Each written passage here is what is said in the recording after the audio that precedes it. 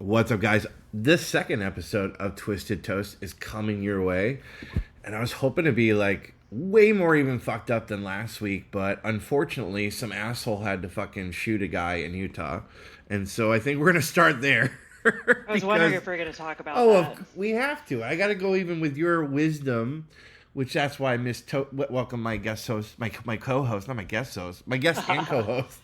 Miss Toast is with us. I want to get your take, because my first initial take immediately was don't believe the truth, cover up. There's two dudes in our industry that I think are really smart about that stuff, which is Matt Loop and Billy DeMoss. And you can I think you're talking two different ends of the spectrum there. But yeah, right. But still understand the conspiracy theories and stuff like that better than anyone. And what was your initial reaction, and where have you landed after this weekend? Oh, gut punch, devastation, sadness, disbelief. I feel like all the things. I feel like anything anybody else felt, I probably felt too. Like I was shocked, angered. What about you? All of that in one, and my first initial, obviously, and it's coming back to, it's kind of circling back where it went from the horrendousness and you want to put blame on someone. The amount of infighting, and I got to share something. First of all, I'll share deeper later. My wife's already pissed at me about this show. I saw her post. Yeah, so she's already done with me and over it. Even though I prepped her. I played Howard Stern's Private Parts movie for her. I said, this is what you're going to go through. I go, just don't listen, don't watch. And she's like, you're making me look like a little bitch talking about all your ex-girlfriends. So, my husband just stops talking when I ask him about it. He's just, so anyways, my wife comes from a very liberal family. I never, as Roger Stone taught me, and many people know I've worked with Roger Stone over the years, you can't move people from left to right. You can only move them from left to undecided. So the interesting thing is seeing her shift, and her shift has not only happened with becoming conservative, but let me just share with you why she's become conservative too. It's the Charles Barkley conundrum. Because Charles Barkley became a conservative when he became fucking rich too. So there's a point where you become, because there's a dumbness to libertardness and there's a poorness to libertardness, right? And that's my opinion. Now, it's interesting watching her fight with her other side of her family now, who is still in that spectrum. And I think that for Kat, it also parallels into her relationship with Jesus and Christianity, which is happening, and another thing that I didn't make go from left to right, but I let her be undecided on. So this is really interesting times, but I'll leave it at this, and then I want to kick it back over to you. I am getting a little bit pissed off and sick of the righteousness on both sides, because now I'm seeing motherfuckers go on the conservative side being like getting people fight. Like, look, it's not couth. It's not classy, people celebrating someone dying, but it is still fucking freedom of speech. And that's the thing that I worry about, is that we start turning into Nazis ourselves for real by making lists and checking them twice and being like, look, the reality is that we're going to have differences of opinion. And let me say something. If a certain motherfucker who stared at my dick in San Francisco while we were snorting coke together, anyone can figure this out, who looks like a sleazeball, although women apparently are attracted to him, even though I think he's a piece of shit. A certain governor from California was to get shot or murdered. I don't know if I wouldn't be celebrating and posting around, because in my opinion, I think that's the death of America coming. If AOC got something happen, now I probably wouldn't do it publicly. I probably wouldn't do it social media wise, but between my friends, I'd be like, we're good. So like, don't do it. Don't kill you. People shouldn't get killed and murdered over their opinions and their ideal beliefs until it affects other people. And I think that's the biggest thing that Charlie Kirk was figuring out and trying to explain to people is like, look, I can have my opinions. Don't have and I wrote this last night in a post, My job in my life is not to fuck up as much as usual. Hopefully your fuck ups don't fuck up my fuck ups. And guess what? Sometimes the world is pretty fucked up. So it's absolutely fucked up. So, don't encroach and, you want to fucking dress like a furry and fuck robotic assholes with no lube and, do whatever you want. Just like Roger Stone, libertarian, do whatever the fuck you want in your bedroom. Do whatever the fuck you want with your money. Stay out of my money. Stay out of my fucking bedroom. And everything will be fine. But everyone's Bad encroaching. Religion said it best. Do what you want, but don't do it around me. All of this anticipation creating apathy. Exactly. So everyone's fucking encroaching like a defensive line going off sides in a football game and pointing at each other like motherfuckers and wasting their time and energy because life is too short for all this shit. There's my diatribe right now. I mean, that's it. I mean, the reality is, we still got to protect freedom of speech. Motherfuckers shouldn't be shot. Even if it is 9/11 conspiracy theory, whatever it is that came to this point, because I think there's another side of this. But because if it is a conspiracy and it's pulling people apart, it's doing a really good job of it right now. I think that people are kind of already pulled apart, and I think that you're going to get a conspiracy theory about anything that's prominent in the media, right? Like, do I think that this kid is the one that killed him? Yeah, actually I do. Is there other people involved? Probably, because, he's a young person. He had to get his resources from somewhere. He has friends, he has people that he talked to as well, and maybe he was brainwashed, whatnot. But, even I just read an article today from Pash Patel, the FBI director, and this kid's giving up information. That his DNA was found on the gun, on a towel with the gun, on the screwdriver at the place where the gun was set. So there's certainly things that link him to it. Was it all planted? I don't know. I mean, like, I'm not an extremist into conspiracy theory like that. But I also don't discount conspiracy theory either. Because you even look at COVID, there was so much that we were lied to about that came out so many years later. So I like to, you can only deal with whatever it is that you have at the moment. What was your initial reaction with COVID? So I really trust, as we should, innate intelligence and wisdom, the wisdom that comes through us. My first initial reaction when Kirk got shot was not liberals versus conservatives. What I was like, this is a political assassination. When political assassinations, that's something behind the scenes that we all don't want to admit the truth on. What was your initial with COVID when the first immediate thing? It's a microbe and the human body was designed to fight it. It's us v them. We're like, God gave us the ability to fight the microorganisms that exist in the world. When I was in school and I took microbiology and we learned about the microbiome, not only the microbiome within us, but the more vast microbiome that exists without us. And I'm like, oh my God, there's germs everywhere. And I was terrified. But then I realized, like, I was designed to fight those things. And it's like it all comes down to who's going to win, me or them. Medicine will try to make it out like, oh, you know what, I have to give you all this stuff so that you're stronger. But the reality, and like, it's the virus that's going to get you. Yeah, the virus is going to get you. Something's going to get you. But it's really about like how adept are you as an individual, as a human being, to fight off that attack. That's really what it comes down to. And, evidence proved after the fact that it was the people that were not adept to fight were the ones that didn't win the fight. I love that. My first initial reaction, much like the Kirk thing, was political theater, because the marketing brain in me, and I think that's like people like Matt Loop and Billy DeMar. Those guys are really smart marketing dudes. Like, Matt is a marketing guy. Billy doesn't put himself as that, but you've got to give him credit for over the years and what he's done in this profession. He's a genius when it comes to creating community and building things.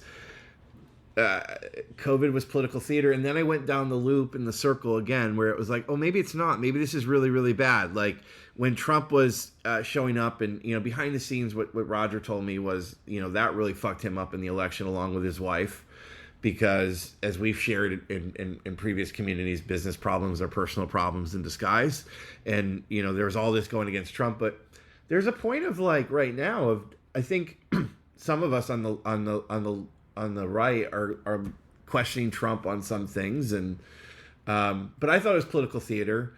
I'm looking at this like it's political theater, because there's always narratives before. So it's interesting to see where it goes. My ultimate question for you, because I got this over the weekend from, I won't, until we get this show really going and people say, yeah, go ahead, Twisty, share my name and share my behind the scenes. Until they give me I won't say, but he'll probably listen to this and he wants me to share his name next time. Really smart dude I worked with for years. He writes to me and says, I didn't really know who this guy was. I don't really seem to care. I'm too busy with my head down, and I'm building my practice. And I think back to my father, who I thought, when I was around my boy's age, which was 9 to 12, I thought my dad was the stupidest motherfucker in the world, because he didn't know anything about anything other than chiropractic. And in fact, he used to say, I adjust, that's what I do. I don't do anything. So now I think he was the stupidest motherfucker. I thought he was the laziest motherfucker. Because he was only like doing that. And now, years later, I'm like, oh, the dude got it. The dude understood. And I wrote back to this guy, but I want to get your take on this from multiple perspectives. I think you're in the right place, that you're doing what you need to do. You need to tune out other noise that's going to distract you from growing your business, your practice, being present with your people. I don't really think it matters in the long run or in the short run, but in the long run, it might mean more something down the road. I don't have the answer to that yet. I don't know all the answers. Do you think it's important that chiropractic? Is this an important moment in when we tie it back to chiropractic or chiropractors, or does this matter to you? Specifically? Yeah. I mean, I don't think so, because I think it's a bigger than chiropractic. Frankly, it's such a. Yeah. I think it affects so many more people, and.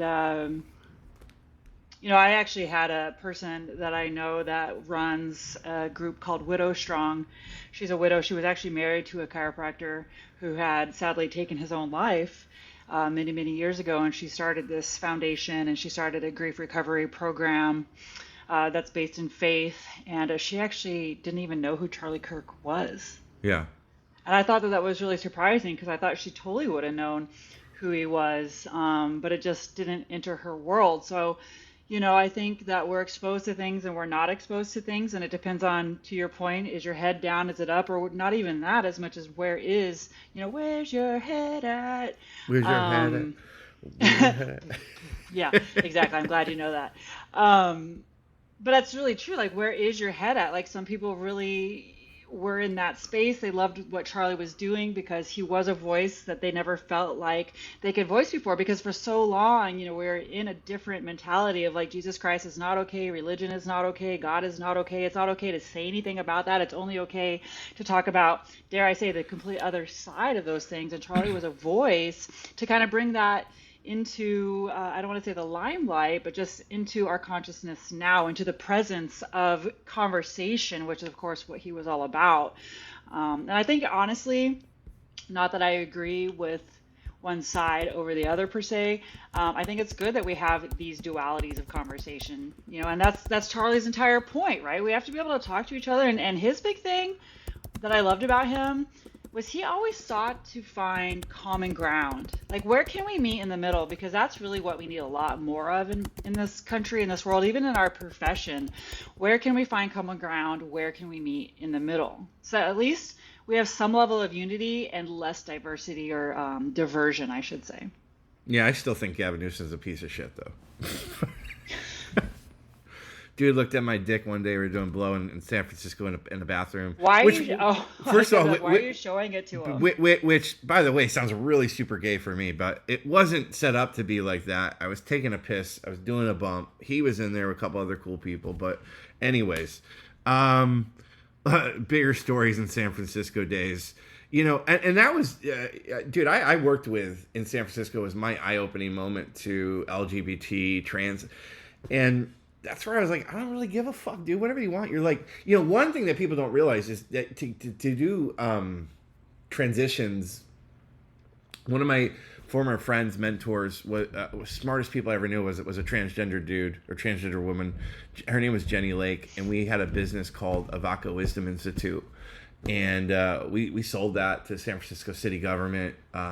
Jenny, before when she was a dude, ran one of the largest carpet cleaning businesses in Northern California. I mean, was an absolute genius.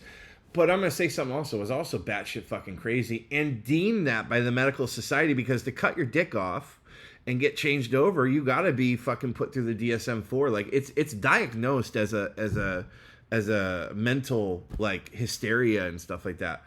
But you know, speaking of politics, and I'll transition to this. And your boy RFK. First of all, I want to ask you. Well, I'll ask you this after this. But RFK is doing some good shit with the FDA.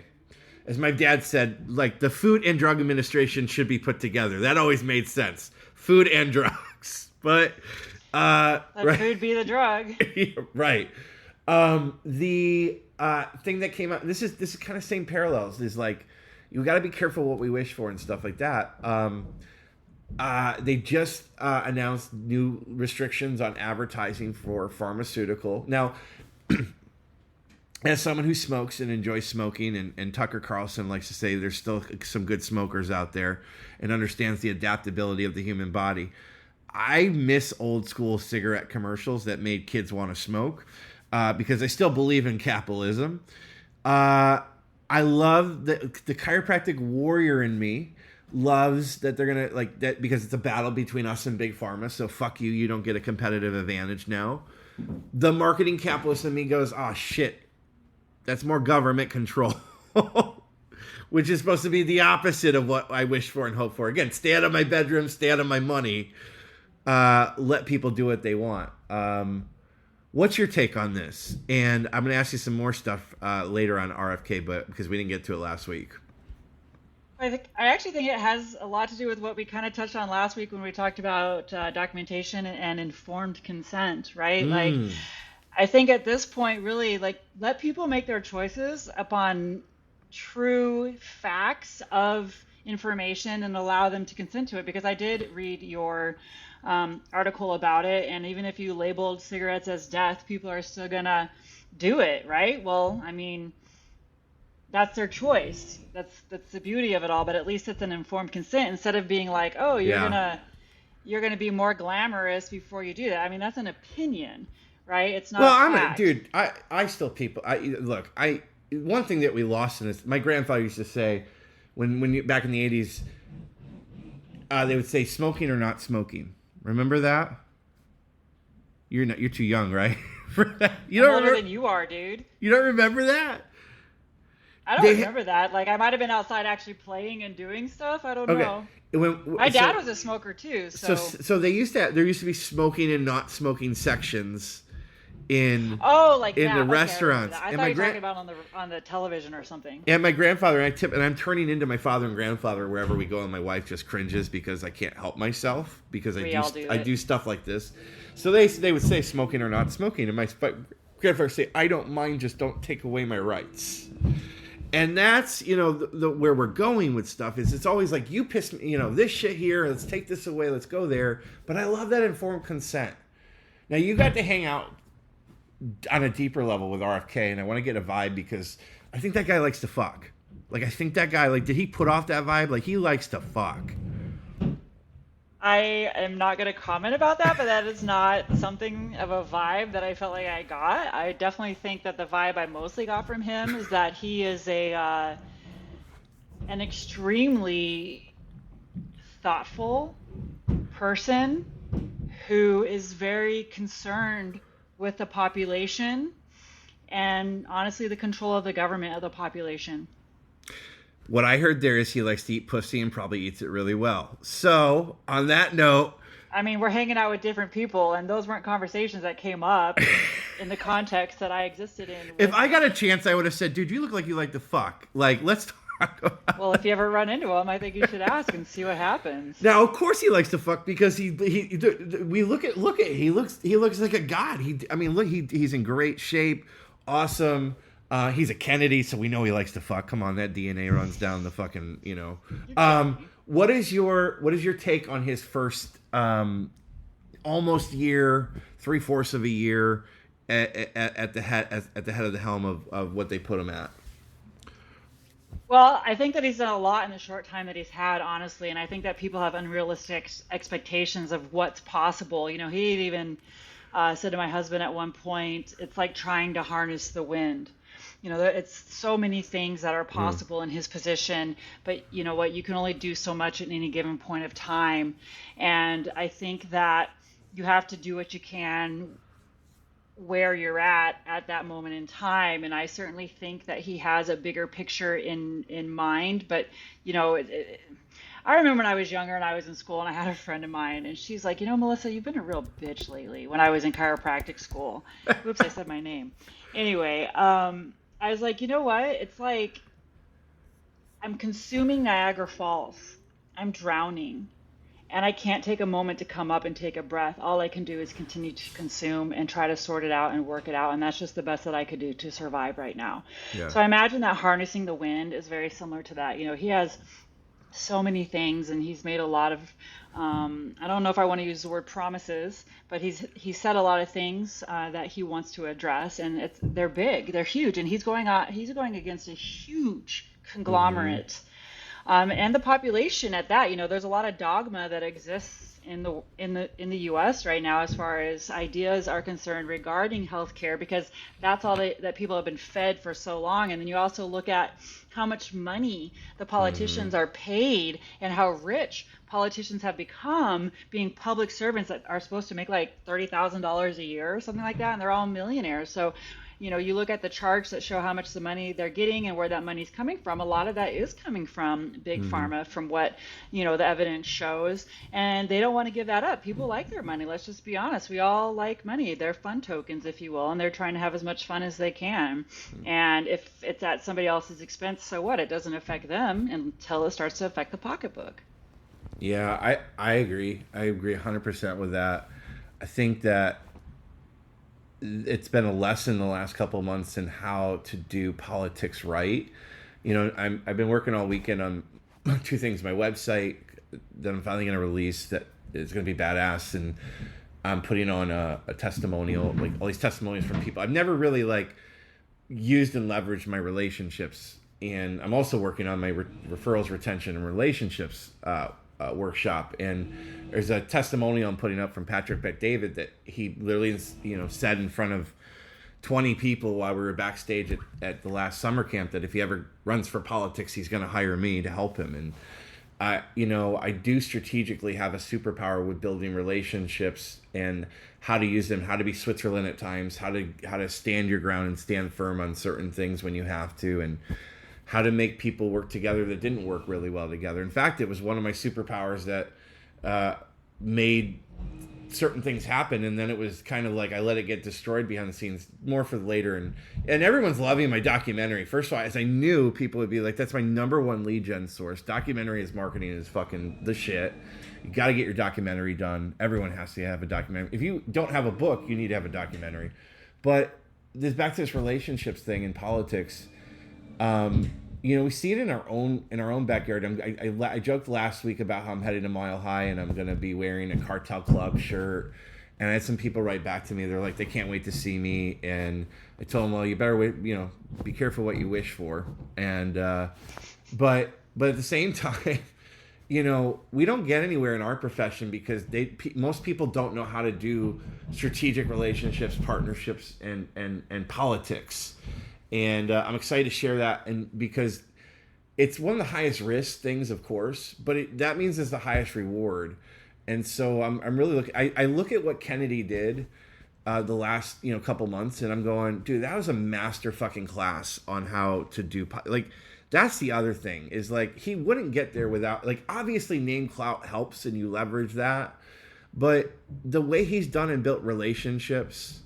And how he's done it has been amazing, and just chef's kiss on I love super fucking smart people that also like to fuck. He is so freaking smart. Yeah, so fucking smart.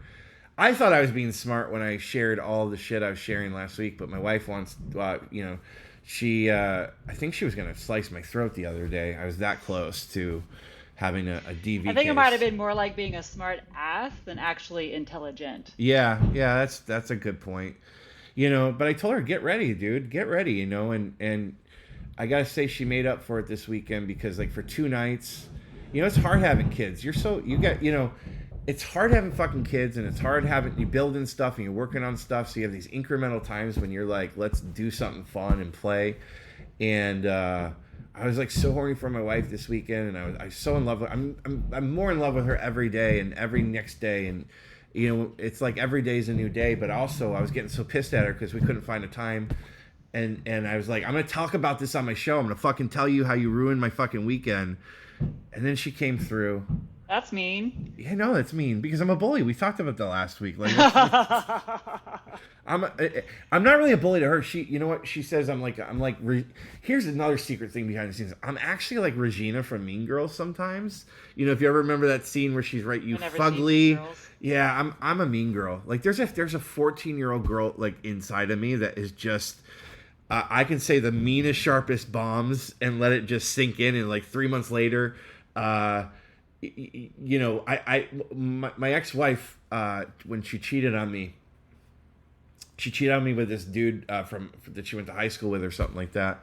Some fucking loser that was on federal prison probation, whatever.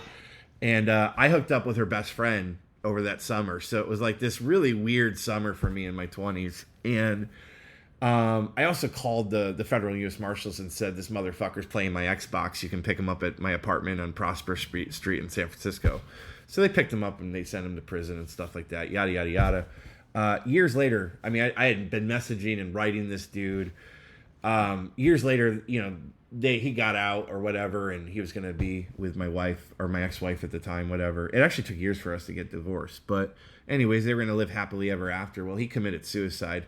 And I think it was some of the imprints I left in my messaging that led to that because, you know, people don't... I used to work with this dude, and everyone would be like, don't fuck with the bear. And I'd be like, well, that's cool. You know, wait till you fuck with the whale.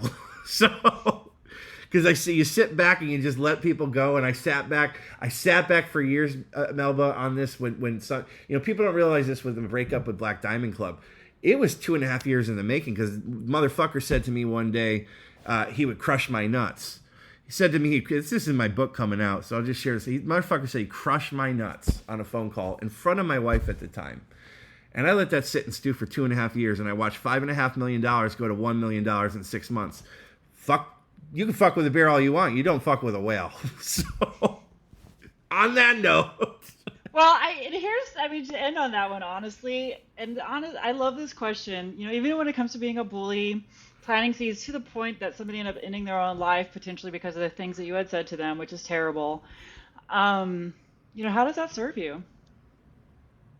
I'm okay with it still to this day. I mean, I'm okay. And maybe I have some healing to do and I need to talk to Jesus more. I mean, that was my weekend in church. There are times I come out of church and I'm so angry and I'm so like, but what this and but what that. And I don't think we should be like, these are lessons. But, you know, I'm also, oh my God, my obedience and my discipline and other things this weekend coming out of this. It was so great to see so many people. Look, just like Tucker Max said it at summer camp when I had him speak and Tucker said he wasn't really a fan of chiropractic. He didn't really understand. He goes, you know, even if it's a placebo, even if we don't understand how it works and it's helping people, that's all that fucking matters.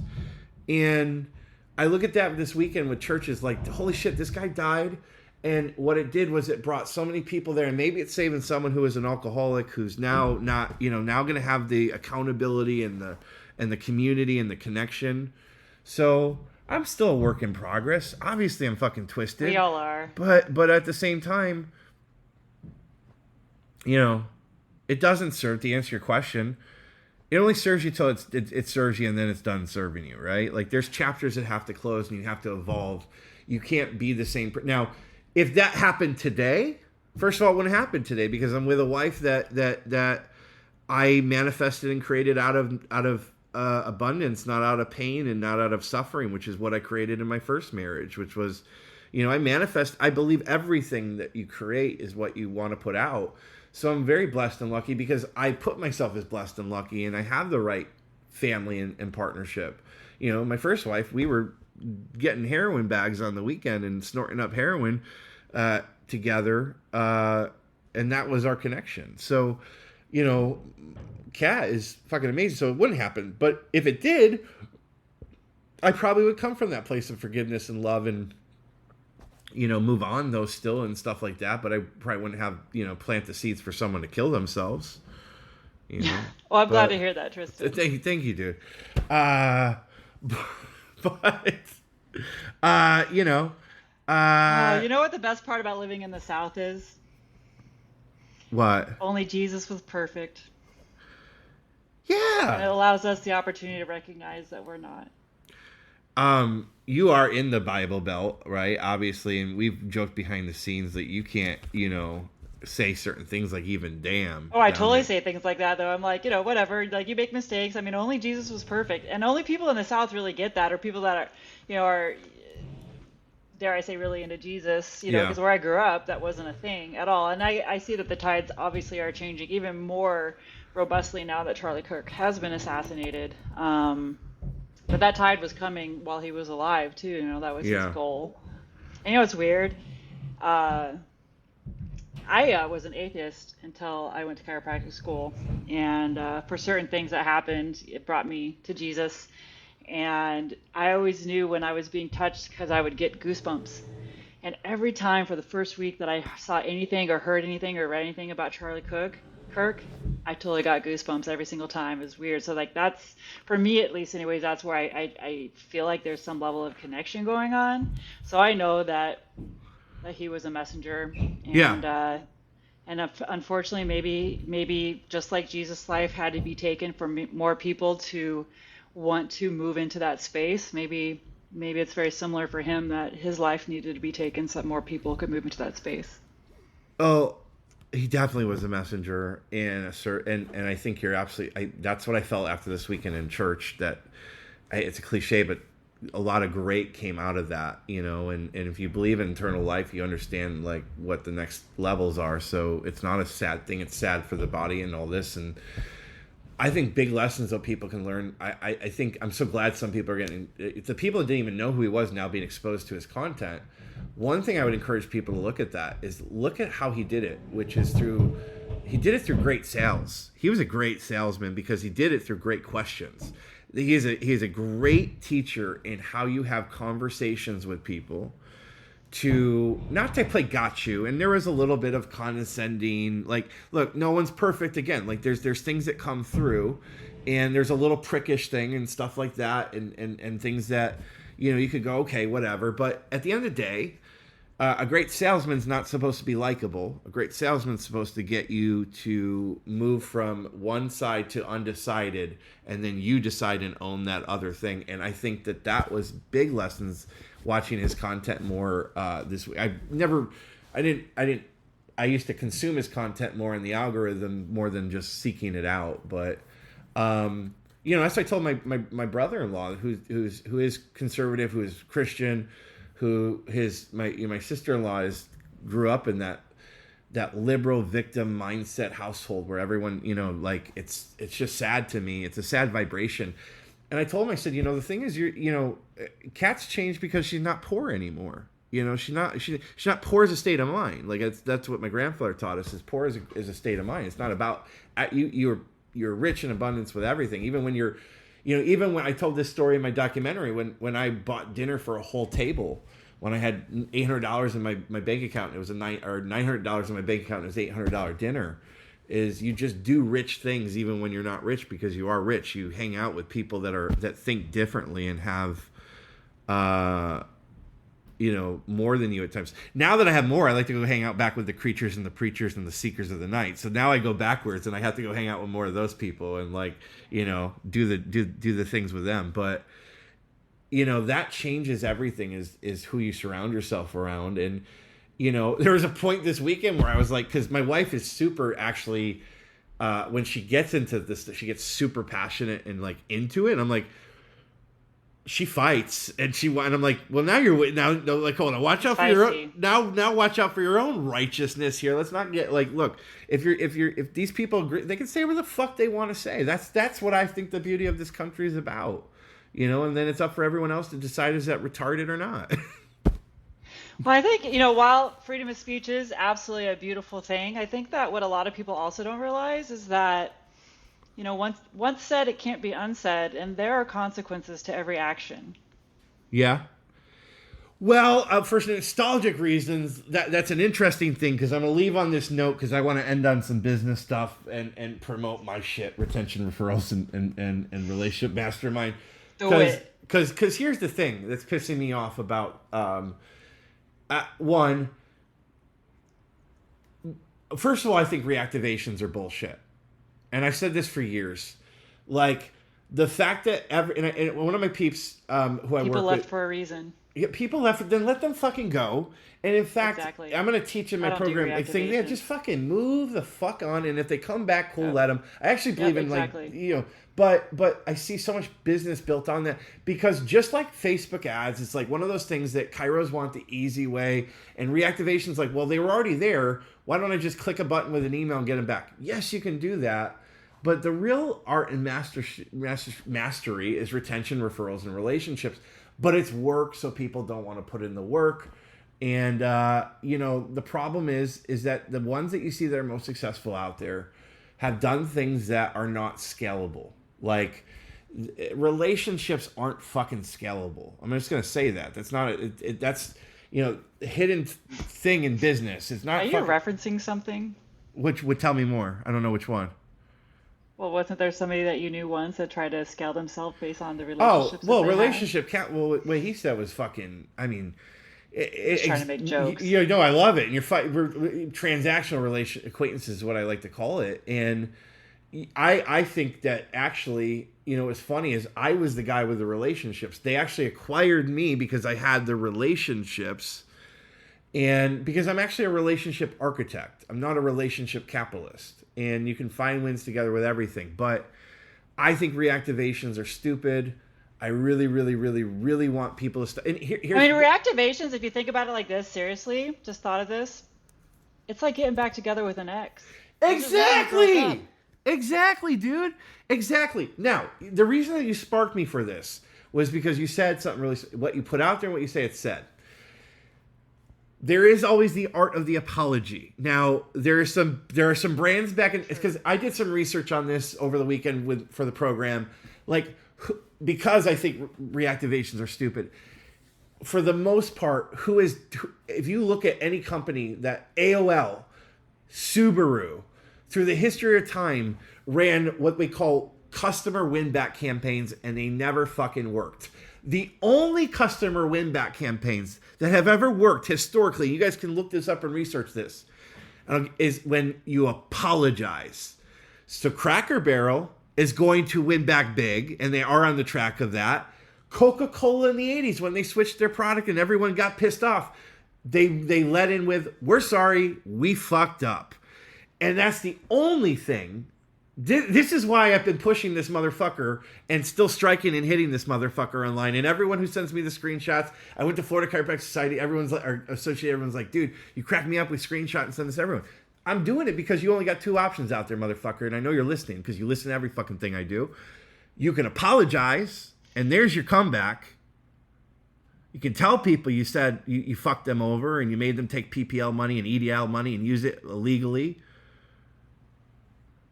Or you can shut the fuck up and move on. That's it. The only way you can reactivate someone, I believe, a true win back of a client, customer, patient, whatever, is when you say, I'm sorry. This is another thing I tell people, when people are like, my dad always used the term, my dad's such a genius with this, and he's a genius because he literally grew up in the Parker system, which is all about, this is all Parker. Is love and service, is let them move on. But you also are the authority.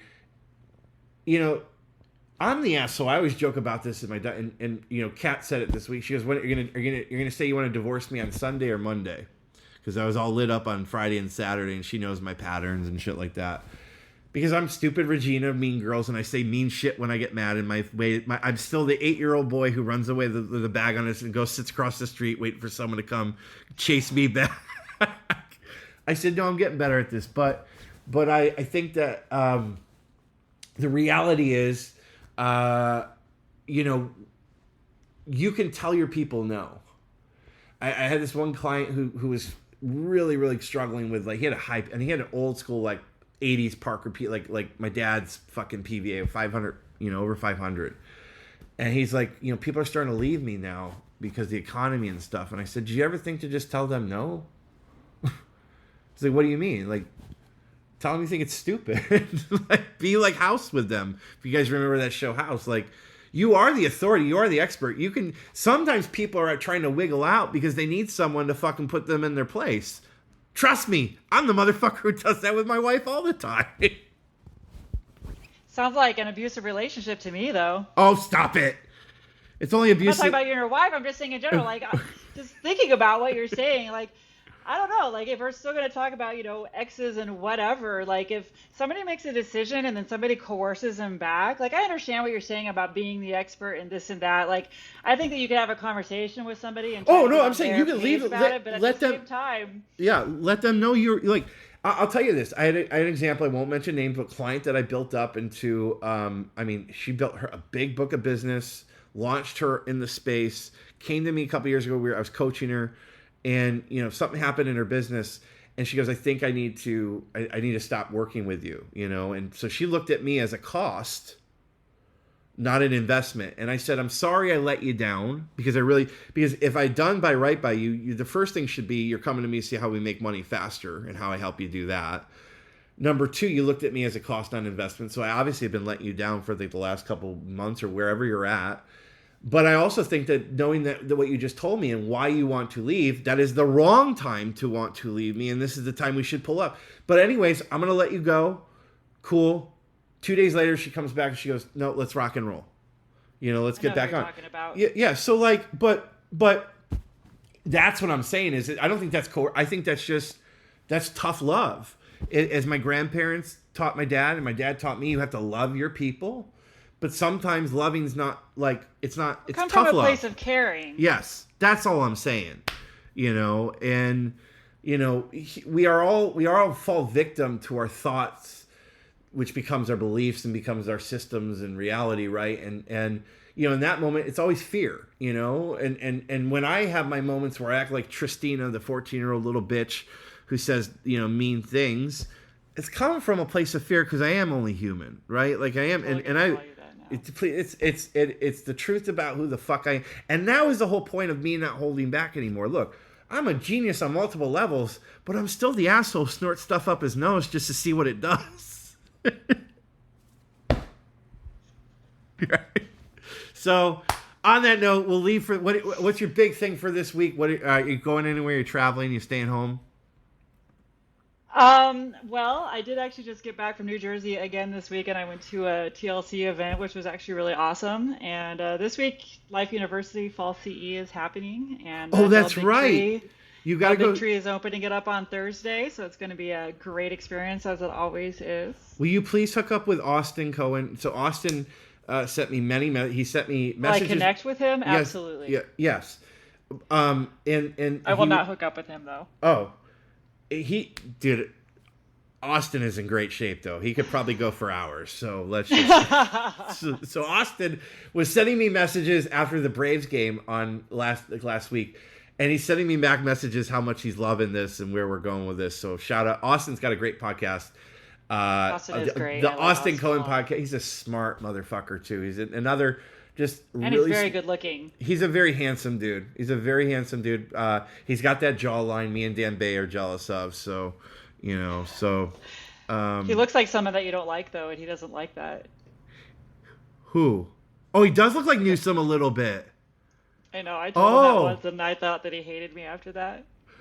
I mean, I can see how Newsom again is like. It's look, crazy, right? Newsom could probably charm this, you know, socks off of anyone, which he does, and that's why Clinton was where Clinton was. You know, as much as people don't like Biden, like the Biden from the 80s and 90s was a charming motherfucker. Like there's a charisma to these motherfuckers. That's why they get to where they get to. That the ones that are evil on the wrong side. Obama, another one of those that could fucking, like, you know, charisma the fuck out of people. You know, George W. Bush couldn't charisma the fuck out of anything, you know. But anyways. All right, I'm off to Rochester this week for an on-site. Going to hang out with my man John, Dr. John, and we'll be back next week, and hopefully this is even better for you guys, and you're like, think this is crazy fun. So thanks for jamming with me, dude. Awesome. Bye, guys.